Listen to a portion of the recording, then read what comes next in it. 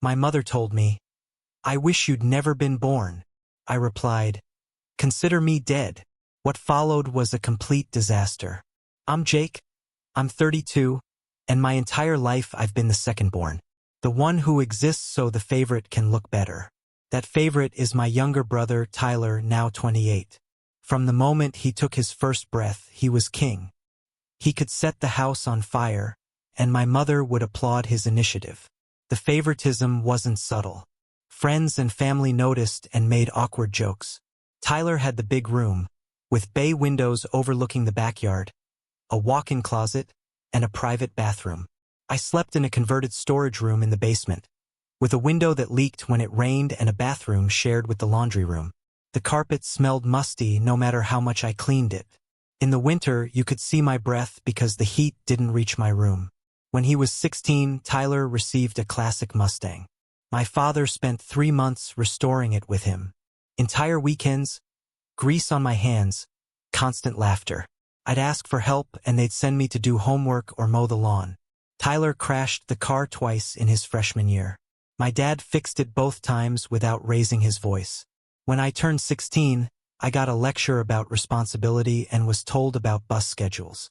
I was told that a car was an absolute privilege, so I worked at a grocery store, saved for 8 long months, and bought a '98 Honda Civic with 140,000 miles for $2,800.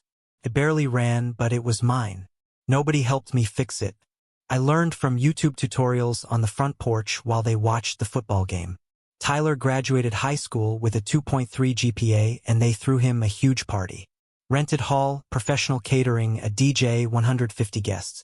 A slideshow with photos that made him look like an undisputed genius. The cake cost $400 and a photographer was hired.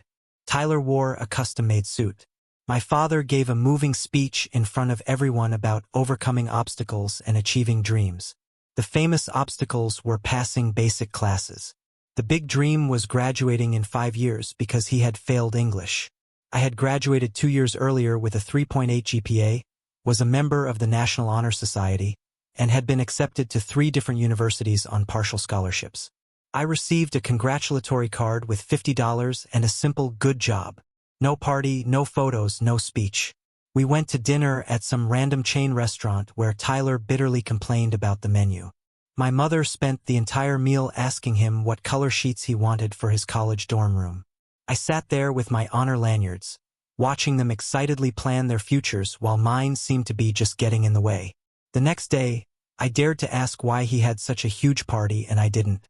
My mother coldly said that Tyler needed more encouragement because he struggled with studying and that I had enough self-motivation. That's what they call a kid who learns early on that absolutely no one is going to celebrate his achievements. College remained exactly the same, but with a lot more money at stake. Tyler went to the state university. He lived a life of partying for 6 years. He changed majors 4 times and miraculously ended up graduating with a degree in communications. A degree he never used. He started in medicine because my father wanted a doctor in the family. He switched to business after failing organic chemistry. Then he changed to psychology because of a girl he met. After that, he switched to marketing because he was told it was easy. And finally, communications because his advisor got fed up with him. It was literally the only major he could finish with the odd credits he had. My parents paid for everything without a word. Tuition, housing, food, personal expenses, spring breaks, fraternity dues, everything. They easily spent about $180,000 on Tyler's perpetual adolescence. My mother argued that I needed to focus exclusively on studying without the overwhelming stress of working, even though I spent more time at college parties than in the classroom. I did the exact opposite. I went to a community college while working full-time shifts at a warehouse. Then I transferred to a regional campus to finish my business degree and graduated with $31,000 in student loans that I'm still paying off to this day. Financial support from my parents was non-existent.